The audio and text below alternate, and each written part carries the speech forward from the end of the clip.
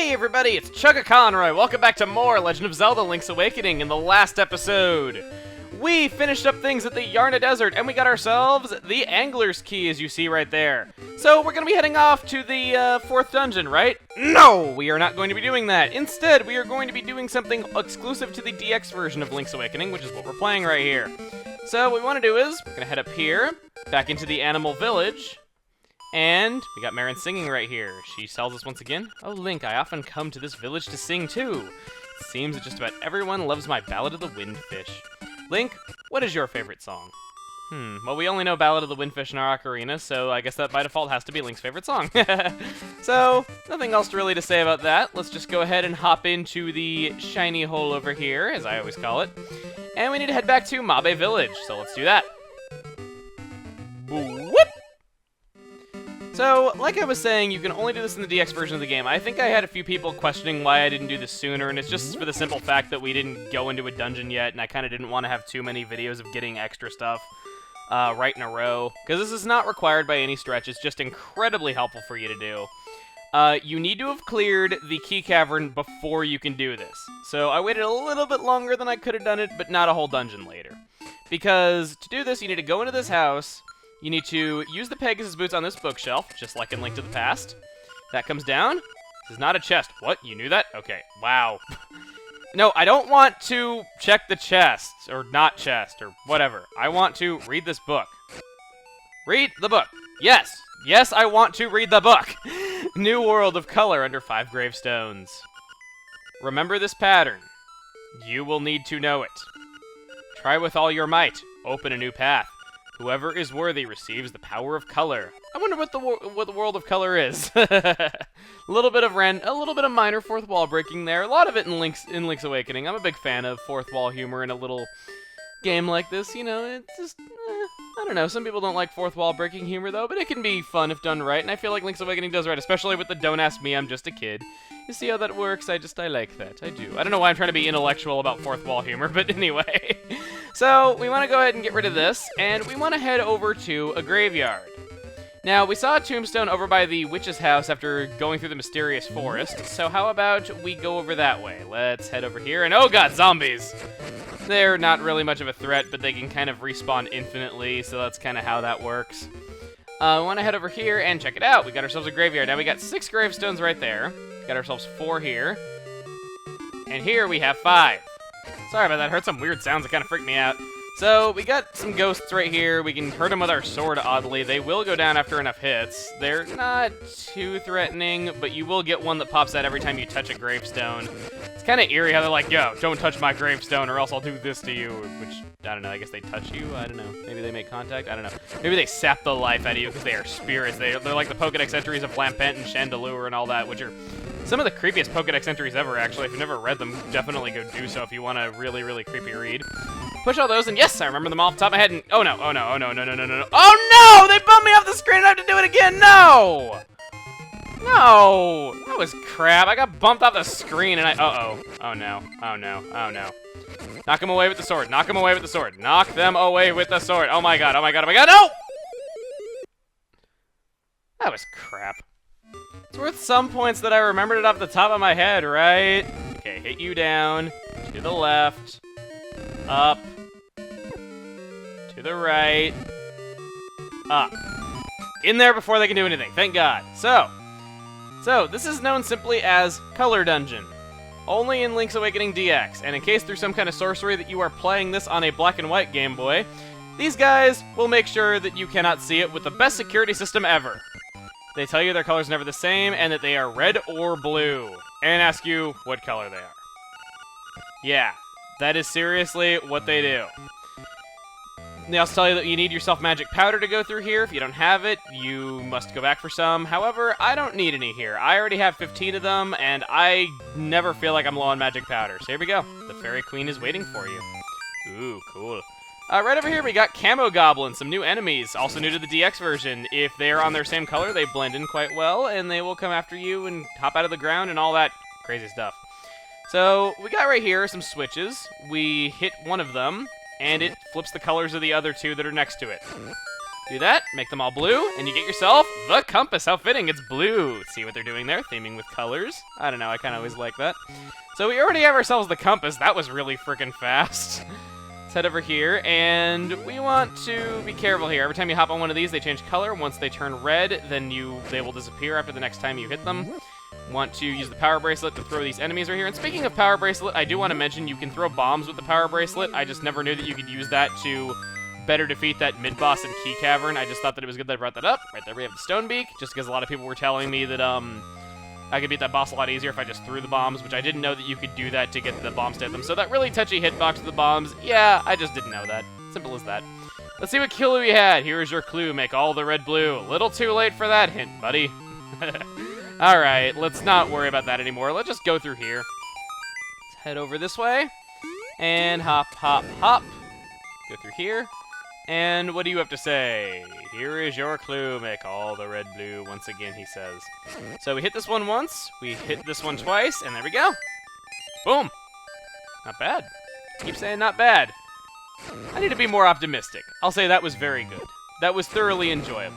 That was a lot of fun. Yeah, there we go. Being more positive. Let's hit you. And let's see what's beyond here. We got ourselves a mini-boss. Boo! I am no weakling! Your pitiful sword is no match for me! So he is the giant buzz blob. What do we do with buzz blobs? We hit them with magic powder and make them talk about condoms. So they get into a form that your sword can damage and oh god, oh god, oh god. Am I gonna die twice in the same video, really? Okay, let's play this a little carefully here. Okay, hit you again. I don't like how it makes you, like, pause for a second, like, oh! Wow. Twice in one video. Okay, let's try that again, hopefully with less death. Oh, wow, 2 deaths in one video. One thing that I want to bring up is that, some people wanted me to bring this up back when I died in Tail Cave, as embarrassing it is to admit that that actually happened. That is that there is a very slight cosmetic thing that'll happen if you go through all of Link's Awakening without dying. I had plans to show this regardless if I died or not, and would you just get hit? Lucky for us, though, if you're out of magic powder, if you fail at that boss like I did, you can go to Syrup the Witch's place, you can lift up the pots in her house, and occasionally, if it'll appear, you can get yourself magic powder. Unfortunately, you only get one at a time, but this is a nice free way that you can get it should you not want to go to the mysterious forest and, you know, look for toadstools. There's some more there. There's also some magic powder under this pot in this location in the first room of the color dungeon should you need it there as well. Okay, let's try that again. The giant buzz blob. You hit him with your magic powder, and then that allows you to hit him with your sword. Simple as that. All you do is just hit him with magic powder, and he is now vulnerable. That's really all there is to it. You can hit him twice pretty easily with each time that he goes through the cycle. I just want to be careful here because I do not want to get killed again, and he has the ability to shoot off those lightning bolts in all directions, which he does decently often, actually. Let's hit him twice. There we go. Let's avoid him. Once again, this is all optional. You don't have to do this, though, but it's very helpful if you'll trust me on that, even though I've died. Wow, he is really hurting me. Holy crap. Okay, that does it. So, yeah, not really that tough of a boss. I just wasn't having all that good of a run, and luckily he drops a fairy for me, so that's always good. We push this block, we push this block, and then we push this block. There we go. And we collect ourselves the Nightmares Key. Yeah, this is going by pretty fast, isn't it? At least after you're seeing it without me having to walk all the way back up here to get another chance at the boss. God, that was really bad. Well, mid-boss, I should say, not even the main boss. I'll be honest, I have more trouble with the giant buzz blob than I do with anything else in this dungeon. It's really weird. Like, even the main boss, I don't really find all that difficult. It's just the mid-boss, the giant buzz blob, that I have trouble with! Okay, there I go, jinxing myself. I fall into the hole. I always seem to have trouble whenever I start saying that something is not difficult. That's the thing. Any of you that watch me, I think you'll agree with me on this. Whenever something is really easy, I never get through it without a scratch. I always, like, screw it up. But whenever something's really hard, I seem to have no trouble at all. I get through it absolutely no problems at all. It's so weird. Screw you. Okay, die. Thank you. That takes care of him. Can I get myself a heart, please? Maybe? Rupee, okay. So we head ourselves back this way, and we get ourselves yet another small key. There we go. So with a few small keys, here we go. Color change, morph transformation, go! Back into this room. Let's unlock this door and... What a greedy fool! You want more power? A buffoon like you might as well give up and go home. This is Dekudon. He is basically just a powered-up version of Hinox the Cyclops, which we have already fought. Despite his appearance, he is vulnerable to the sword. Now, interesting thing about this boss is that he is depicted, at least something that looks just like him, in some artwork for the original Link's Awakening. He is depicted being fought with two Links atop cliffs, and there is a note next to him that says, figure out what to do for single-player mode, roughly. This implies that Link's Awakening originally had a multiplayer feature, and it might have played a lot like Four Swords ended up playing as. So the ideas for Four Swords were probably around when Link's Awakening was in development, as interesting as that is. Because, yeah, and then this boss actually did make an appearance in the, although not multiplayer, color version of Link's Awakening. And with me getting hit quite a bit, that's it. Get rid of him, we get ourselves another fairy. Or it can fly off screen. Come down here! Come down here! Come down here! Please, come down here. Come down here. Come. It disappeared! What a jip!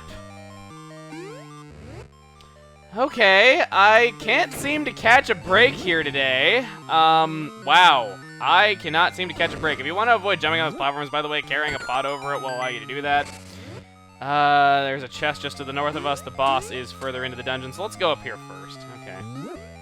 Let's hit you. The chest is obviously does not contain a small key because we can hear a chime. Let's just take care of all these Zols. Can I get a heart, please? I would really appreciate it if I could get myself a heart. Of course, I get hit even more. Wow. Give me the dungeon map, of course. We don't get anything else. One thing I did want to say, though, is that the dungeon map, I will say, comes in kind of late in these dungeons, but in the black and white version that came in later, they actually reversed a lot of chests so that you get, rupees later and get the dungeon map earlier. It's just kind of an interesting little thing that was changed between the two versions of the game. And oh god, oh god, oh god, oh god, oh god, oh god, oh god. Okay. Throw you in. I missed. Wow. Wow. Can I stop sucking? I swear, I can't catch it, I can't, do anything right this video. It's crazy. I think this is just kind of the game's way of telling me, dude, you might have wanted to play Link's Awakening today, but today is not your day to do well at this game. Just saying. Alright, with half of a heart, let's see if I can get through this somehow. Come on. Somebody's got to be rooting for me, right? Somebody might want me to succeed. Yes? Maybe? Please? Okay, go over here. Toss you. I missed. Come here. Toss you. I'm trying to be, really careful because I don't want to mess up. There we go. We hit him and hit him in. Okay, grab you. And did it! Okay! Give me my key! I would have wished I got that fairy earlier. God, that was so... It's the fact that I couldn't get a friggin' fairy earlier. I didn't think none of these pots the first time around had any hearts under them. Yeah, it doesn't look like we did. Oh well. So, with our whole half heart... Not whole heart, half heart. I wholeheartedly see that we only have we only have half of a heart. Let's head over this way. And let me guess. You're gonna give me the same obvious hint once again. Here is your clue. Make all the red blue. So let's see. We can hit you. We can hit you. We can hit you. We can hit you. There we go. Okay. So, am I really gonna have to do this boss without getting hit? Wow. Am I gonna have 3 deaths in the same video here? I think I will. Because we're coming right up on the boss, and you know what? This is one case where I don't care, because a piece of power music's not gonna play in the boss. I really need this really bad. Today is really not my day! Oh my god, I am playing horrendously today, and I feel like that part of it's not my fault, because I feel like there were times when I should have been hitting the mid-boss with the magic powder. And on top of that, the fairy disappearing without that really being in my control. Come down here! Come down here! Come... Yes! Okay, thank God! Oh, God, if another fairy disappeared, I would have been pissed. Alright, let's use the key. Let's go through here. Let's hit this, have that raise us up, walk down here, and use the Nightmares key. Okay, I am primed for this. Blue is safe, yellow is caution, red is danger, he says. Right here, we have the Deepoon. Interesting. He's basically like the, he's basically a personified crystal from Link to the Past / also this game. So, you can jump up and hit him. Blue start over. Yellow is caution. Red is danger. Okay, he says. So, you kind of can get a feel for his attack patterns by what color he is. So, it's yet another way that they're using color here. He is telling us his attack pattern once again. You can do that. Yes, yes, yes, yes, yes, yes, yes, yes, yes, yes, yes, yes, yes, yes, yes, yes. I don't know why I'm doing the meow mix thing. Stop saying this! God, it's annoying. Stop! Okay. I can't do this boss. You have to hit him, like, in succession, which is what I seem to be having trouble with. Okay, we got him green, got him yellow, we got him red, got him orange. Come on. Take your time, he says. He is just trying to fake us out. Let's hit you again, and again, and again, and again, and again, and again, and again, and again, and again. Come on. Okay, hit him again. Come on, he's red. Come on, come on, come on, come on, come on, come on, come on. The Rock's Feather helps you get over to him quicker. Let's use the Pegasus Boots for this guy. I really don't want to have to try this again. Like, I'd really, really like to just take out this guy. Come on! Hit him! I cannot play well today. My God. Okay. Okay, hit him again. There we go. Oh my God. That had to have been like the sorriest run of the friggin' color. Just like, I'll concede that was pretty bad. Oh my God. Then again, I think it'd be kind of lame if I just always succeeded, so, well. Anyway, here we get some of the most helpful items in Link's Awakening. I need them. Bad. Talk to the Fairy Queen. Welcome, Link. I admire you for coming this far. I will give you the power of color. If you want offense, choose red. If you want defense, choose blue. Which power do you want? Okay, so basically having red is like having a piece of power with you all the time. Blue is like having a Guardian Acorn all the time without the music. So if you want double defense, go blue. You want double offense, go red. Red is generally good if you are a speedrunner. However, I will say this. Blue has its uses as well. There is a way that you can upgrade how much damage your sword does. Just saying. There is nothing else like that for defense, aside from obviously the temporary Guardian Acorns. So I feel like the blue tunic is the more balanced of the two because you get an upgrade for both eventually if you do that. If you go for red, you'll be doing a lot more damage, and it does stack with that offensive power-up. Because we don't have that offensive power-up right now, I think I want to go red. Should you ever want to change, you can come back here, but you can never have both at the same time. I should also mention that if you like Link's green tunic, you can never, ever be displayed with the green tunic ever again. With that, we get ourselves the red tunic, which I'll keep on for the time being. So, because we don't have an upgrade for our offense right now, I will take that. And our body is full of energy from having clothes. It's just like Kingdom Hearts. Except before it. So, we do that. And I will take you out now. Oh my gosh, she's gonna kill... Okay, no. So with that, we have ourselves the red tunic. We now do double damage. We are not immune to fire. So, now that we have ourselves the red tunic, and you guys got to see probably the worst run of the color dungeon ever of all time, we're gonna end this off here. Next time on The Legend of Zelda Link's Awakening, we're gonna be taking the Angler Key and going to that next dungeon that we should go to. See you guys then. My God, I hope I do better on that dungeon.